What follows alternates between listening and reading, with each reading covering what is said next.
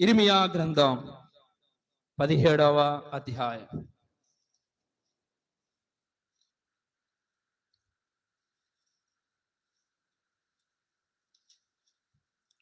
పదిహేడవ అధ్యాయం 5వ వచనం చదివి. యెహోవా ఇలాగ సెలవిచ్చుచున్నాడు, నరులను ఆశ్రయించి నరులను తనకు ఆధారముగా చేసుకొనొచ్చు తన హృదయమును యెహోవా మీదను తొలగించుకొనివాడు శాపగ్రస్తుడు. వాడు ఎడారులను అరువృక్షము వలె ఉండును. మేలు వచ్చినప్పుడు అది వానికి కనబడదు. వాడు అడవిలో కాలిన నేల యందును నిర్జనమైన చవిటి భూమి యందును నివసించును. యెహోవాను నమ్ముకొని వాడు ధన్యుడు. యెహోవా వానికి ఆశ్రయముగా ఉండును.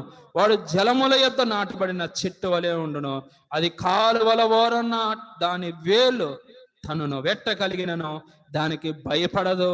దాని ఆకులు పచ్చగా నుండును.